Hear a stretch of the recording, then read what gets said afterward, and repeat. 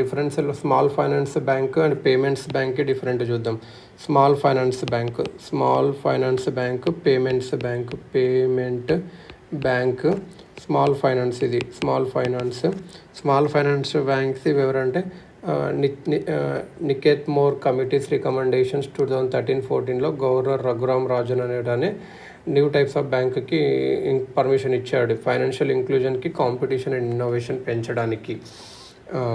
So small finance bank example ఏదంటే capital small finance bank పంజాబ్లో ఉంటుంది. ఇలా టోటల్ 10 లిస్ట్ ఉన్నాయి అన్నట్టు, 10 ఉన్నాయి.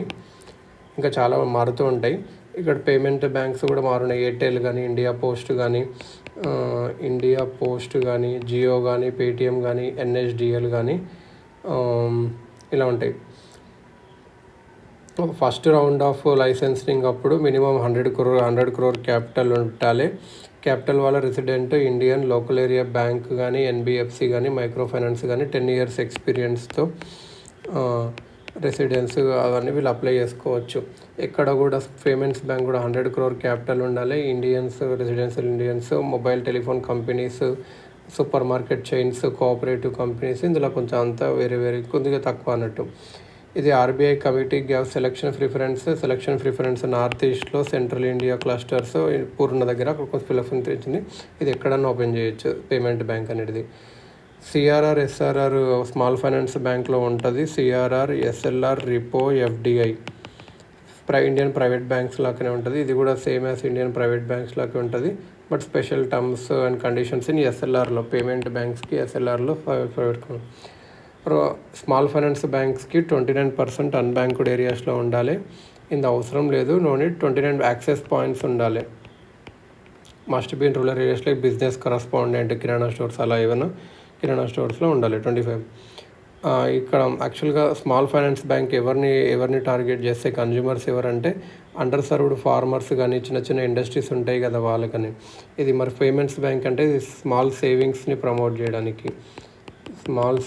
ప్రమోట్ చేయడానికి, రెమిటెన్సెస్కి, లో ఇన్కమ్ హౌజల్స్, ఇట్లా అన్ఆర్గనైజ్డ్ సెక్టర్లు ఏమైనా ఉంటాయి. ఇది డిపాజిట్స్ యాక్సెప్ట్ చేస్తుంది వితౌట్ ఎనీ రిస్ట్రిక్షన్స్. మరి పేమెంట్ బ్యాంక్లో డిపాజిట్స్ దాన్ని ఎన్ఆర్ఐ డిపాజిట్ తీసుకోలేదు, ఫిక్స్డ్ డిపాజిట్ లేదు, ఎన్ఆర్ఐది లేదు, డిమాండ్ డిపాజిట్స్ మాత్రమే తీసుకోగలదు. అది కూడా దానికి లిమిట్స్ ఉంటాయి. డెబిట్ కార్డ్స్ ఇద్దరు ఇవ్వచ్చు. క్రెడిట్ కార్డ్స్ వచ్చేసి స్మాల్ ఫైనాన్స్ బ్యాంక్స్ ఇవ్వచ్చు. డెబిట్ కార్డు ఇవ్వచ్చు, ఇద్దరు ఇవ్వచ్చు. క్రెడిట్ కార్డు మాత్రం స్మాల్ ఫైనాన్స్ బ్యాంక్స్ ఇవ్వచ్చు, పేమెంట్ బ్యాంక్స్ ఇవ్వవు. లోన్స్ 75% పబ్లిక్ సెక్టర్ లెండింగ్ ఇస్తారు. 50% లోన్ పోర్ట్ఫోలియో, 50% 20 lakhs బిలోనే ఇవ్వాలి. వీళ్ళు పేమెంట్ బ్యాంక్స్ లోన్స్ ఇవ్వలేరు. సో నో పిఎస్ఎల్ అట్లుంటుంది. వీళ్ళు money deposit government security treasury బిల్స్లో అలా పెట్టాలన్నట్టు. ఫర్దర్గా స్మాల్ ఫైనాన్స్ బ్యాంక్ వచ్చేసి యూనివర్సల్ కమర్షియల్ బ్యాంక్ ఎదగొచ్చు. పేమెంట్ బ్యాంక్ వచ్చేసి స్మాల్ ఫైనాన్స్ బ్యాంక్గా పర్మిషన్ తీసుకోవచ్చు కండిషన్ సాటిస్ఫై అయితే. ఆన్ ట్యాప్ లైసెన్సింగ్ మనం ఇప్పుడు పేటిఎం ఇవన్నీ క్రెడిట్ కార్డులు ఇస్తుంది కదా అంటే అది ఏజెంట్ ఆఫ్ ఫెడరల్ బ్యాంక్ అలాగే ఇస్తుంది అంతే.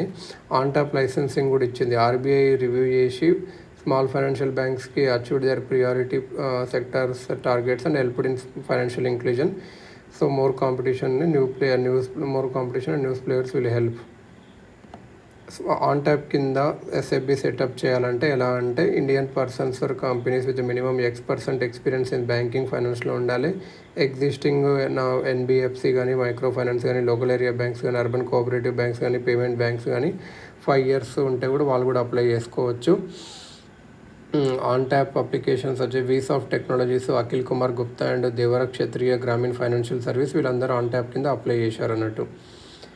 ఇంకోటి యూటిలిటీ small finance bank gets license. Unity small finance bank RBI permission ఇచ్చింది అన్నట్టు అండర్ ఆన్ ట్యాప్ కింద. యూనిటీ స్మాల్ ఫైనాన్స్ బ్యాంక్ అనేది ownership 50-50 central finance, BharatPe ఇలా వీళ్ళు కన్వర్ట్ చేశారు అన్నట్టు.